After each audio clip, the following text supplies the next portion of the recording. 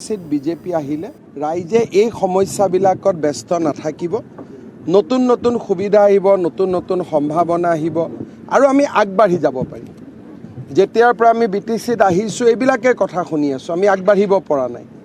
এবাৰ বিজেপিৰ চৰকাৰ হ'লে আমি আগবাঢ়িব পাৰিম। স্যাৰ, প্ৰাক্তন মন্ত্ৰী ইহন দৈমাৰী বৰ্তমানৰ ডিপুটি চিফ তেওঁলোকৰ প্ৰতি কিয় মোহভংগ হৈছে? চাওক, মইতো কাকো সমালোচনা কৰা নাই, মোহভংগ হোৱা বুলিও কোৱা নাই।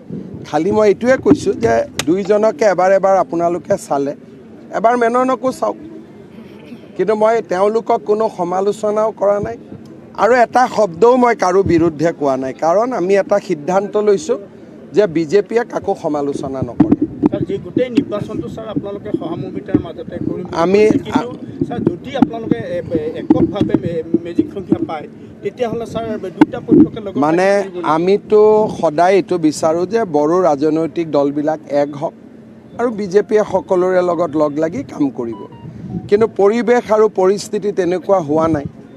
ইলেকশ্যনৰ ৰিজাল্ট হওক, এতিয়া মাত্ৰ মই দুটা সমষ্টিলৈকে আহিছোঁ।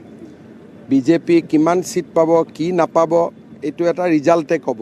কিন্তু এইবাৰ ৰাইজে এটা মন বান্ধিছে যে আমি বিজেপিক ভোট দিম, কাৰণ প্ৰধানমন্ত্ৰী ডাঙৰীয়া আপোনালোকে যদি চাই যে আমি খিলঞ্জীয়া ধৰ্মৰ বিভাগ কৰিলোঁ, বাথৌ সমাজক আগুৱাই দিলোঁ, ব্ৰহ্ম সমাজক আমি আগুৱাই দিলোঁ।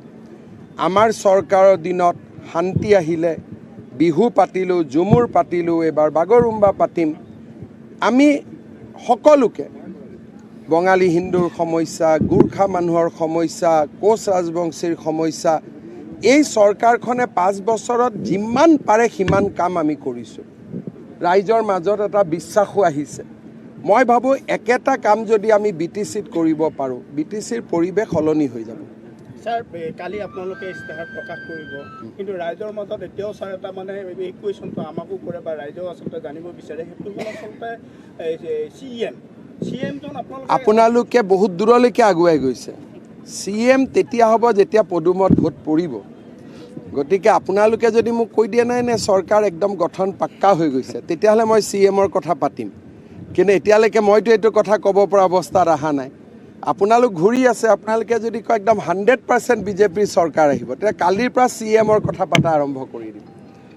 কিন্তু আপোনালোকে এতিয়া এইটো ক'ব পাৰে নে নোৱাৰে আপোনালোকে জানিব। হ'ব, আমাৰ সীমা আছে। সুপ্ৰিম কোৰ্টে ডিছপিউটেড এৰিয়া DAB বনাই থোৱা আছে। গতিকে সেই লাইন কোনেও ক্ৰছ কৰিব নোৱাৰে, কাৰণ এইটো সুপ্ৰিম কোৰ্টে বনাই থৈ দিছে আৰু সেইকাৰণে এইটো কোনো কৰাটো সম্ভৱ নহয়। আৰু ইয়াত সুপ্ৰিম কোৰ্টৰ ৰায়দান আছে।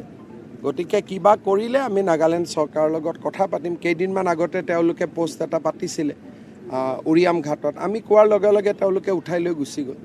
গতিকে আমি আলাপ আলোচনা কৰি আমি ঠিক কৰি ল'ম, ইয়াত একো অসুবিধা নহয়।